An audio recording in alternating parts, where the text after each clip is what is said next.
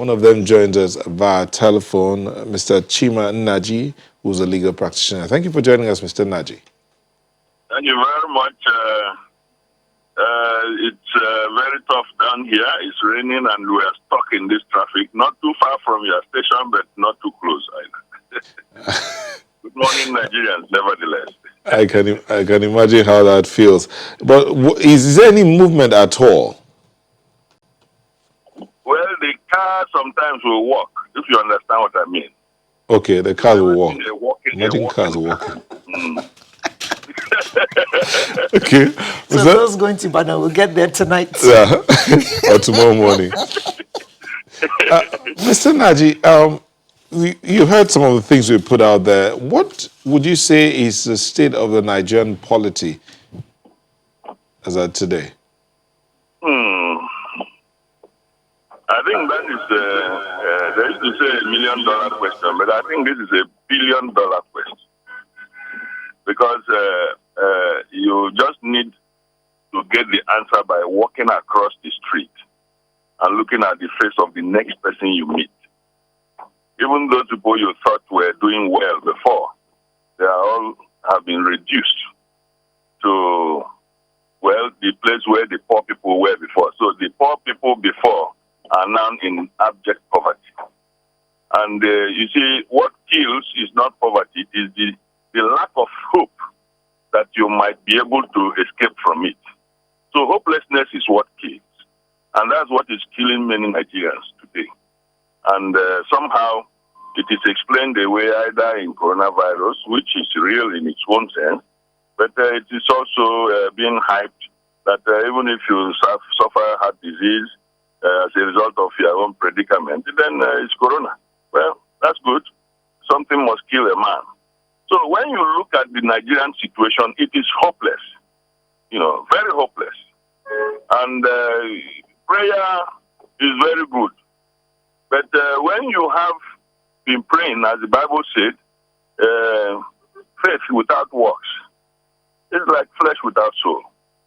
Even if you want to walk, you can't walk because the circumstance of lockdown and sometimes poor management of all of them combine to make things even more very hopeless.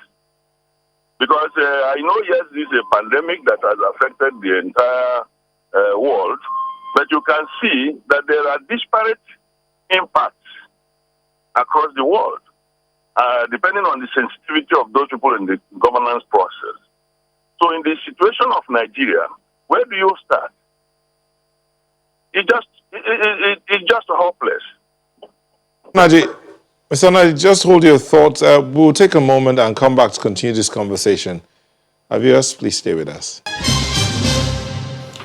Thank you for staying with us. We're still looking at the state of the polity. We had, before we went on that break, we were talking to Mr. Chima Nnaji, who's on the road and he's on his way here. We spoke to him via telephone. We're now being joined by Mr. Tony Dania, another legal practitioner who joins us via Skype. Mr. Dania, thank you for joining us. Thank you. Good morning. Good morning. Mr. Dania, we are talking to Mr. Nnaji, who says the state of the Nigerian polity is bleak, trying to put it in other words. But what's your take on the situation so far? Well, yes. Things are bad, agreed, but we still have positive hope. I am beginning to see the political will to take certain actions that were before now not taken. For instance, not speaking for the government, but this is the first time we see the president directly intervening in party affairs to help redress certain wrongs, which, if not redressed as timely as he has done, would have had some negative boomerang effect on the polity. Having said this, there are a lot of good things, while there are a lot of bad things. Now, if things can be done properly, if due diligence can be observed in the way we do our things generally, if areas, investment that will help generate employment can be activated. For instance, it is so difficult to establish ports in other areas of the country. Imagine what port operations is given to the federal government from Lagos Port. And imagine the fact that we have other ports that can be established. I'm talking because I'm a maritime consultant. No, but the goodwill is not there. I mean, the political will to dredge the River Niger. Though it is something that will ultimately happen, that we give the country not less, repeat, not less than $100 billion. It will generate an employment of not less, direct employment 2 million, indirect employment 8 million. The government needs to drive this. I'm beginning to see the will to do these things. Now, energy, NEPA, public electricity. We are having issues of this problem. I mean, this problem has been repeatedly addressed, but not successfully and effectively redressed. We've had cases of money and fraudulent activities on the part of persons who are supposed to take actions. There's no improvement there yet. If the federal government can drive and encourage private investment in power, just like we have in the US, power will stabilize. And if power stabilizes, again, you will be saving not less than 10 billion every month. I want any person to wrong me here. That goes to the private individual pocket. I'm the one using generator. I'm the one servicing generator. The barber is using generator. That money will be saved. There are certain steps the federal government will take that will redress poverty. The issue we have, for instance, we cannot talk of politics today without talking about the issues, the incident of COVID-19, the incident of rape that have recently increased. All these are because the rape issue is poverty. I have a victim. The parents are so poor, they can't even eat. Their daughter of 14 was violated. It took the intervention of the king of my town to arrest the situation. The girl was put in prison, in the cell by the police. The victim, I am aware FIDA is involved in another. Poverty. Poverty can be properly redressed if certain actions are taken that will put money in the pocket of you and I, the ordinary citizens. I see hope. Don't forget, when did we start proper production of rice in this country? What is the situation now? Let's look at the positive side too. We are making progress. Within a short time, if Dangote rolls out his rice from his farm, we will be within the 4 highest rice producing countries in the world. We are already number 2 in Africa. Check the data, please. You understand? Mr. Daniel, we get that we're now producing rice, but can the ordinary man afford to buy this Nigeria-grown rice? A bag of that rice is selling at 2,000 naira. Hold on. But don't forget one thing, our locally produced rice, the quality of our locally produced rice is far, far better than imported rice. I have tried them. It's easy to try. You don't need any scientific proof or laboratory team. Put the imported rice in a container, cover it. Put the local rice in a container, cover it, leave it for 1 month, come back there.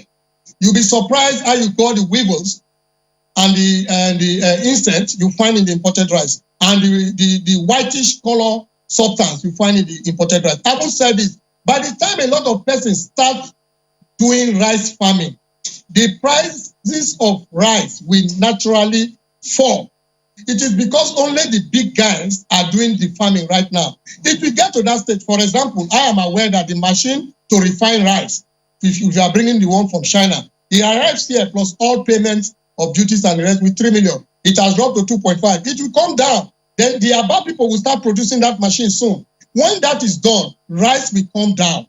It is the market we have in Nigeria is even enough if we don't want to import rice. Selling the rice we produce locally, selling them locally is enough to increase our GDP. But having said this, I'm only giving you an example of rice. The moment electricity improves, the economy will improve. Poverty level will reduce. The following, talking further, the courts are the last resort of the poor man.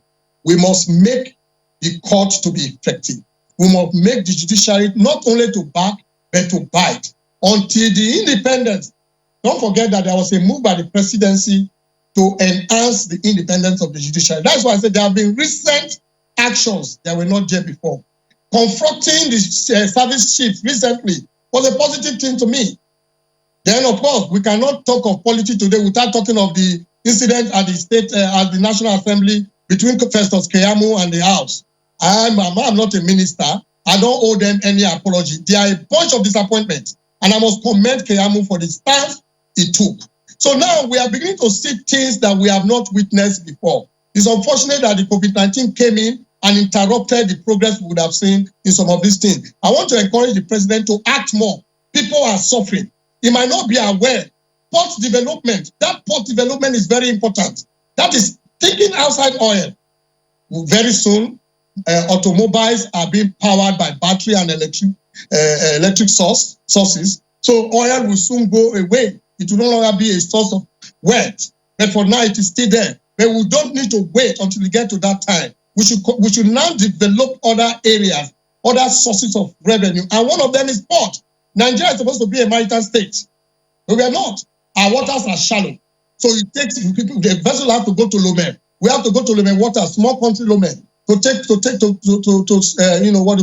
lighten up product and bring to Nigeria. Whereas our waters, we have large water, but they are shallow. They only need to be dredged. And I know that there are private companies that are ready to handle this dredging if the federal government is ready to give grant concession. So having said this, thank you, Mr. Daniel. Let's please just take a little pause there. Let's bring in Mr. Naji. Mr. Naji, Mr. Daniel spoke about power, and this is not anything new. Commentators have been saying this now for years, that if power is sorted out, a lot of things will be sorted out as well, including the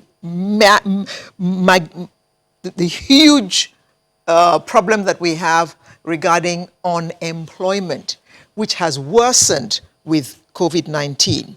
Now, the problem of unemployment was huge before. Now, it is, if there's such a word, it is huger. How are we going to address this issue, Mr. Naji? Too many people are out of work. So we are going to see more Yahoo boys, a la Hush Puppy. We are going to see more armed robbers on the streets. And it may not be because they want to, but because they have no means of livelihood. They are forced into crime. Yes. The truth of the matter is that, as I have always said, we lack strategic thinkers in our governance process. The government at all levels are suffused with opportunists, those who did so much to damage the system in order to exploit and appropriate same for their own personal gains, and of course to the discomfiture of the society itself. We have always lived on hope, and this hope never materializes. But like they say, hope is like a lily, it never perishes. But it is about to dim. That's why you see so many young people now having BP.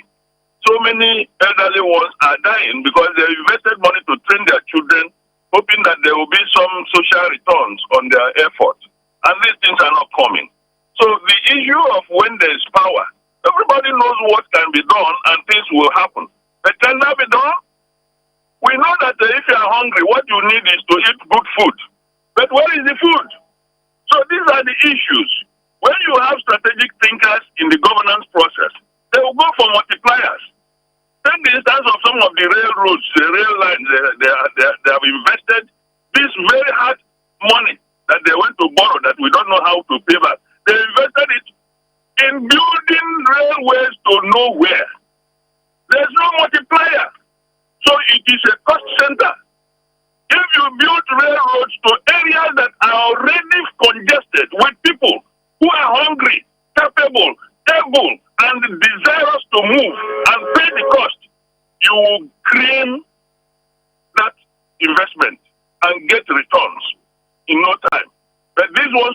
moribund if government does not provide for anything. Look at the multipliers.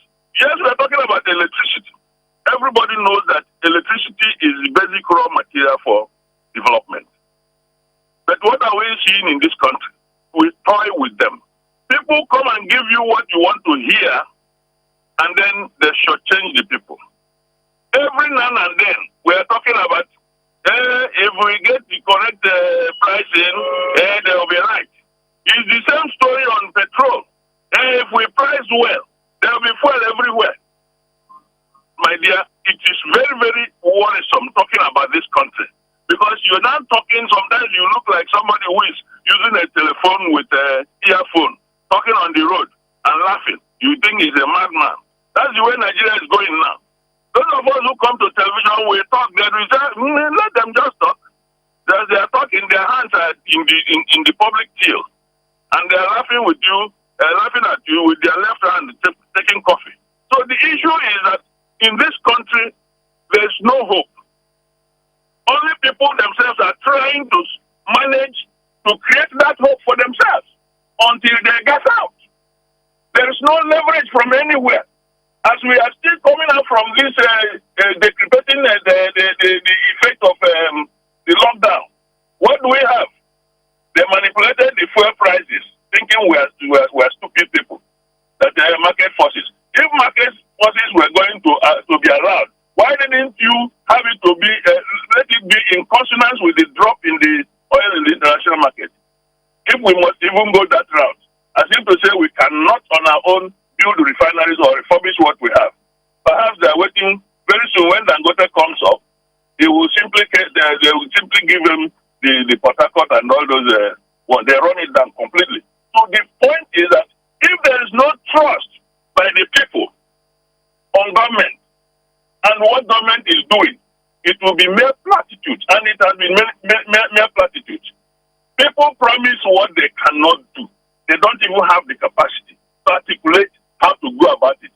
Nobody says that government is not doing well as a government elsewhere, because the principle of the social contract is that we cannot all put our hands in the same pot at the same time. So some people who have demonstrated capacity and who have demonstrated patriotism and the desire to drive the process are put in charge, and they make things happen for everybody. But in this time, if the reverse is the case, people are jostling for offices.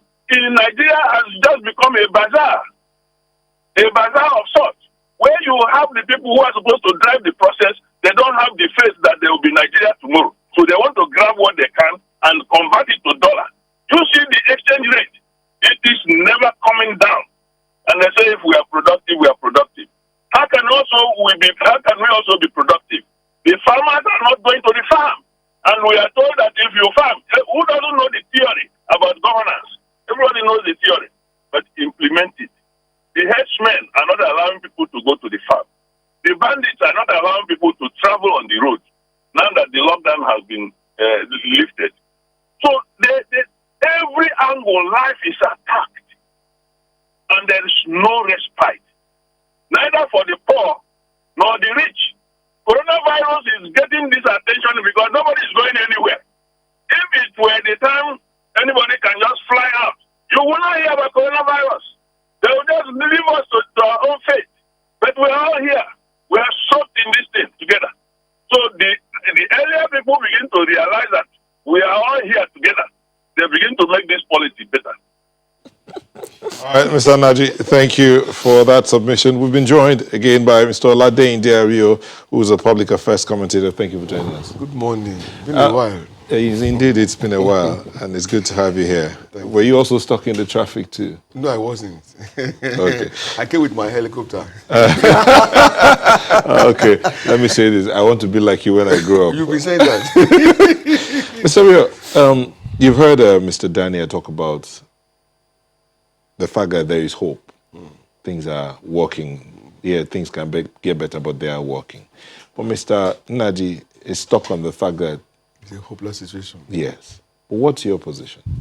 Well, thank you very much. As a person, I remain an optimist on all fronts. But when you place my personal life against Nigeria as it is since I was born till today, the picture you see is of hopelessness. Okay? I'll give you 2 quick examples. I won't mention names, but there are people you can connect with. We've had a situation whereby a governor ran the state for 8 years of 2 terms. And when he took ill, the best that could be done, or the quickest, was to ferry him to Lagos for treatment. And then you want to ask yourself, if this person had, in his wisdom, ensured that at least one hospital was standing quite well, world class in his state, there wouldn't have been any need to move him up and down. That is one. We were here when the president's wife said at the Aso Rock Clinic, they had no paracetamol. That she needed this, she couldn't get it. The man who was in charge as the chief of staff, who should have taken care of that end, did nothing about it.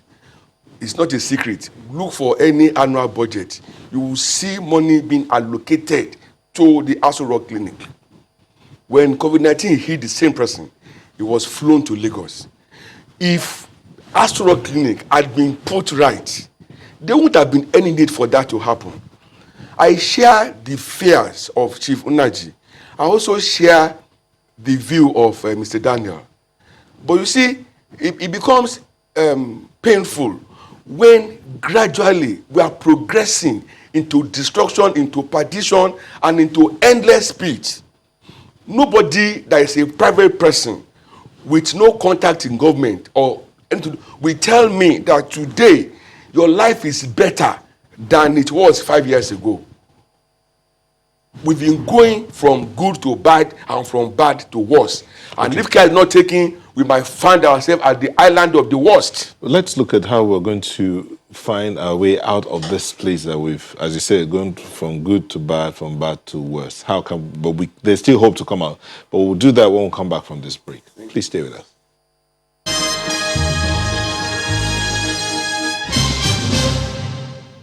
Thank you for staying with us. We still have Mr. Tony Daniel, who's a legal practitioner, joining us from Edo State via Skype. We have Mr. Oladeyinde Ario, a public affairs commentator, who's here in the studio. And Mr. Chima Nnaji still trying to walk his car into our studios. Hopefully he'll get here before the show winds down. But let me go back a little bit. I'll go back to Mr. Daniel. When you were talking, you said something about hope at the end of the tunnel, a light at the end of the tunnel, based on some of the things that have happened. You said for the first time the president intervened in a matter that that involved his party, and that you think is a sign that things are about to change. But a question sent in by one Mr. Tony says, is there any portion of the party's constitution that gives the president the powers to dissolve an elected National Working Committee? He believes this is giving rise to some other matters that may not have risen if things were done right. Well, can I come in now? Hello? Yes. Good. I don't want to go into internal political affair. I'm only saying that the president has started taking certain bold actions he never took before. For instance, for the first time, he spoke to the service chief in their faces. He told them they were not doing well. I believe that is a positive thing. I agree with my brothers, the one at the studio and the one trying to get to the studio. If you look at the indices of corruption in the country, you will lose hope. But you see, if you look at what advanced countries, the government are doing for them, for instance, in America, divide it into 5, what the governments are doing for the citizenry, and let the Nigerian government do just one part, a lot of things will happen. But the hope I have is based on the achievement via private concerns, via private individual, private company. For instance, I am an expert of subsidy-related issues. I know of the amount of money that have been stolen in the name of subsidy. I remember when I spoke against it, I received serious threats from people. Now, if Dangote cannot be, intimidated, if he finishes, if the refinery starts operating, that will drastically reduce subsidy. Billions will come back. Well, I know there's a lot of corruption reported and unreported. There are a lot of impunity. by government officials, the Senate committee passing a directive to the executive. Impunity, EFCC, giving out property that they have recovered in the course of investigation. They have no such power. Now, I agree with my colleagues that have spoken that the rate of corruption will make you to feel to have to be hopeless. But we have a lot of things going on for us, and we only need the government to give the enabling environment. For instance, when the road on Lekki, even if you criticize it, it was concession, we are zoning road. China, they started by building roads. What roads do we have in Nigeria? We were going to feel it more now because, what do you call it? If you want to go by air now, gradually they are going to open up the air. Aviation will start operation. They say you should reduce the number of passengers by 50%. That will put pressure on the road. And where is the road? We don't have no road. So a lot of persons that have been ministers for works are getting so much money allegedly, nothing has happened, no road to show for it. Now, you see individuals doing some roads in their area. You see your street, you have association, you are putting security. You build a house, you are putting water. These are the things that the government is supposed to do. We individuals are doing them. It will get to a time, the pressure will make government to consider opening up other ports that will generate so much money and generate employment. Farming, I agree, there is security situation, but you see the West trying to rise up to the situation. You see other states making effort. You see the community setting up vigilante. These are supposed to be the government, functions, but we are pushing the government to do it. I appreciate the level of corruption. I condemn it, and we are doing our best to fight it. The EFCC is overwhelmed. It is not supposed to be a fight. When you want to prevent, when you want to arrest the crime, you consider the cause of the crime, you consider how you can prevent the crime, you consider how you can arrest those, and then you now consider how you can punish those. What is the cause of escalation of crimes in the society? Not less than 50%, unemployment. And then we are talking of policies that will enhance people on their own. They just be encouraged. If you have security, if the security situation improves, like my colleague said, a lot of people will do farming. Even me, I will do farming. I will not be afraid to go to the farm because, afraid of being attacked if I go to my farm. That will improve on it. By the time we start seeing small machineries, farming machineries coming in and affordable, don't forget that if you bring in farming machinery, you don't pay duties on them. They're coming free, just like maritime, parts too. So if we have these machineries in the hands of a lot of farmers, things will improve. We have a lot of minerals in this country. The people exploiting the mineral deposit are individual companies. Are they encouraged? It is a country where, for instance, in maritime, you have to look for money to buy a ship. You have to look for a way to engage the ship. You have to look for money to maintain the ship. Now, look at NNSL. What do you have left? NNSL, the first Nigerian shipping line, we have nothing left. So the people are not encouraged. So we only need some little encouragement and this country will become great. And this is what has informed my hope that this country will become greater. There are a lot, like I use candle to prepare for my JAM. If I was in America where you have regular ride, I would make the best in the exam. That's why I see Nigerians excelling, among the best doctors in the world, the best nuclear scientists and all that, best computer scientists and computer engineers are Nigerians. And then so if you have light here, which is what is the primary benefit you have there, it will enhance development of individuals. Government will be for this corruption thing. Okay, Mr. Daniel, pause. Thank you. Mr. Rio, this clip that we just witnessed with the lawmakers and the junior minister, now at the end of it, we saw that the lawmakers halted that project. At a time like this, with the coronavirus, with our unemployment figures rising literally through the roof, what do you think about that step that they took? Well, the step started from the language that they always deploy when they want people to come to their chambers. Summon. Why not invite? Maybe with that mentality, they will know that they are not ordering the person to come by fiat or by force. But in the interest of nation building, they are inviting the person for exchange of ideas and collaboration that will benefit the people out there that they are supposed to be representing. But when you say you summoned, there's some element of coercion in that. Let's take it from there. We all witnessed what happened. Perhaps they didn't know Keyamo very well. His antecedents as a human rights activist was what came to the fore. And I will say that for the first time since he dabbled into politics, he won my heart. Because without being partial, he was very methodical in responding to the questions. And he said to them, you ask this question in the open, allow me to answer in the open. But you see, the majority of Nigerians out there, they have been made to have a mindset that whatever has the imprimatur of the National Assembly or our lawmakers in is all about benefiting them and not the people. Yeah. I expect them to know this and consciously avoid situations that will give credence to that. This that just happened is not a positive for them.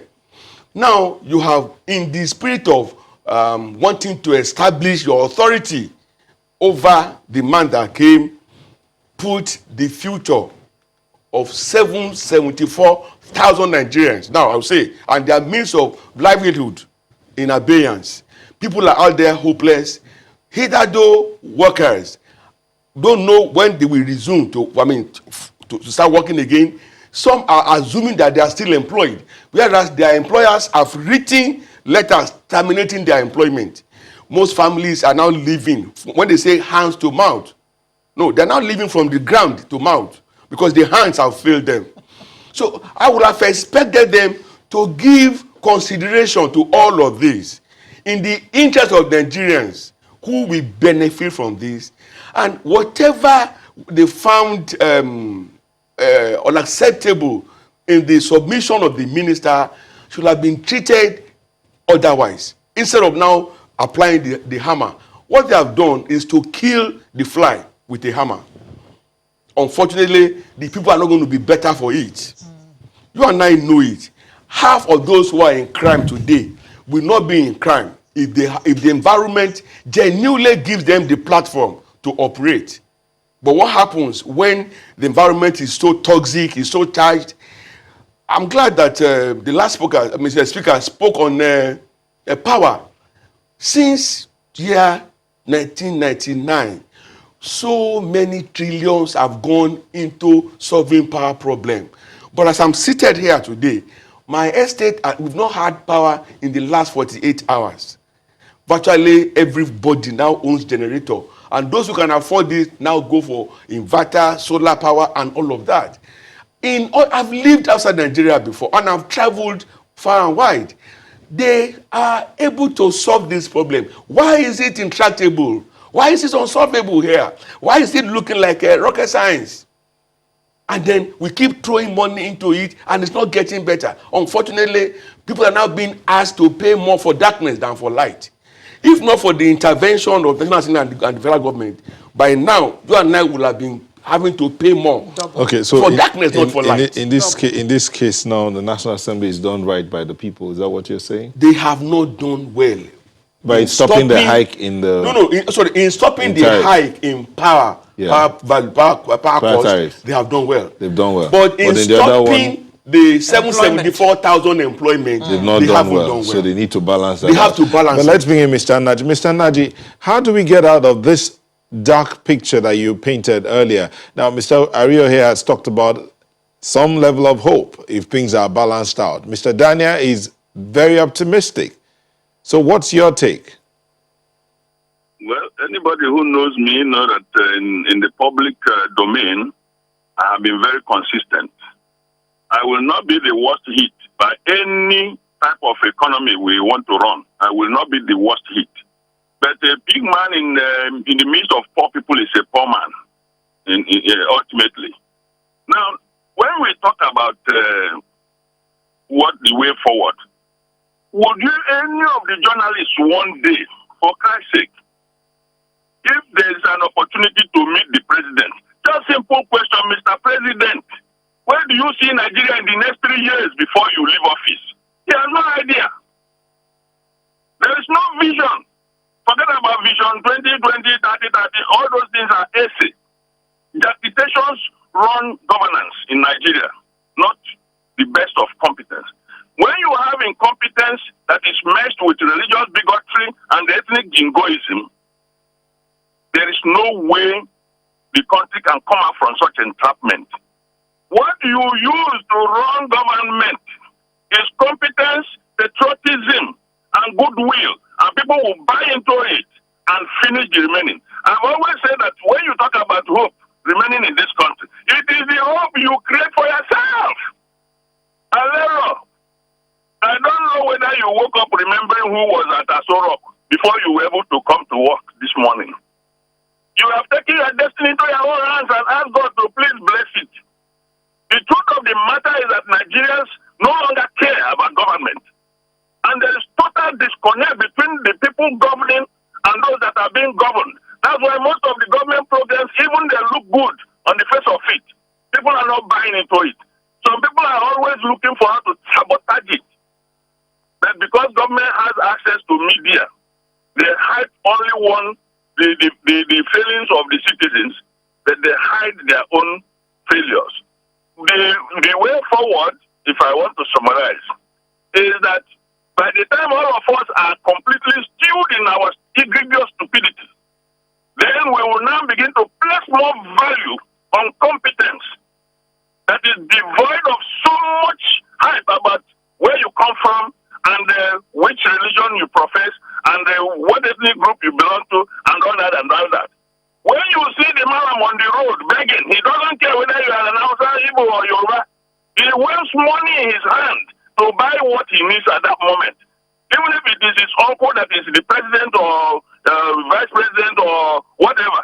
He needs money because that money is not giving it to him. So why can't we learn from simplicity of life?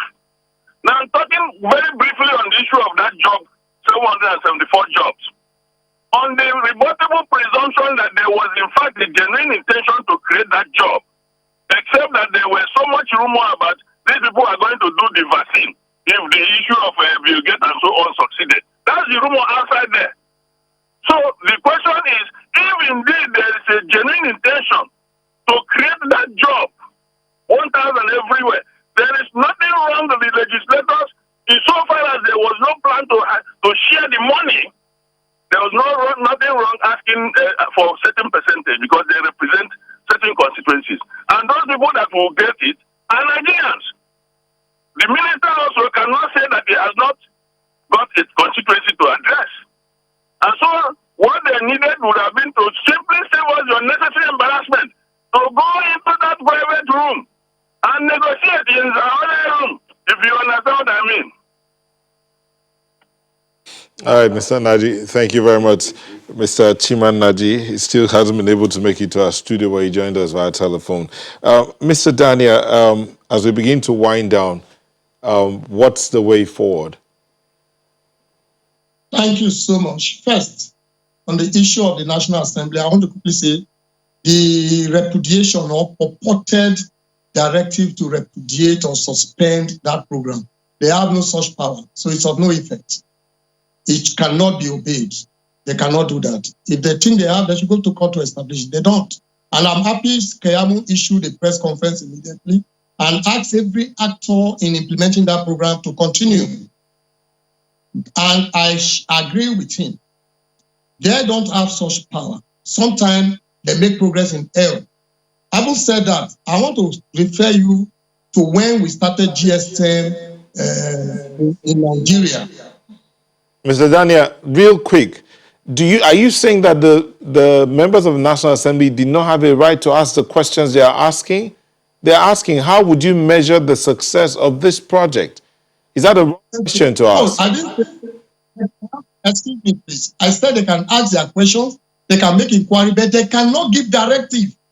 They cannot. They don't have such power. Okay. They can say stop that program. And by the way, it is committees that are talking. Even the plenary cannot do that. Not to talk of committee. Thank you. Mr. Dania, thank you very much. Mr. Rio.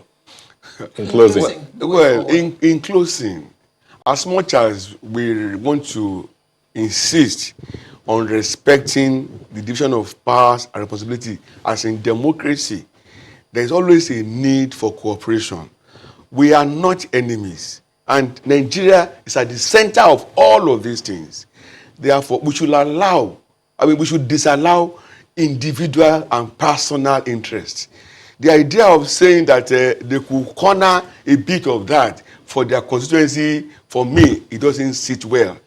Nigeria is the constituency, not Ogun, not Lagos, not Oyo, not Karamuda. So we should begin to look nationally, think nationally, and in coming forth with any proposal or vision, the nation must be considered. And when I say the nation, who do I mean? The voters, the Nigerian people. Well, Guru Neo seems to agree with you because he says until we prioritize value over religion, ethnicity, and tribe, we will never have leaders. Thank you very much. We've had Mr. Chima Naji, a legal practitioner, joined us via telephone. Mr. Tony Daniel, legal practitioner, joined us via Skype from Edo State. And we had here in the studio Mr. Oladeinde Ario, a social commentator who was here in our studio. Thank you for sharing your thoughts.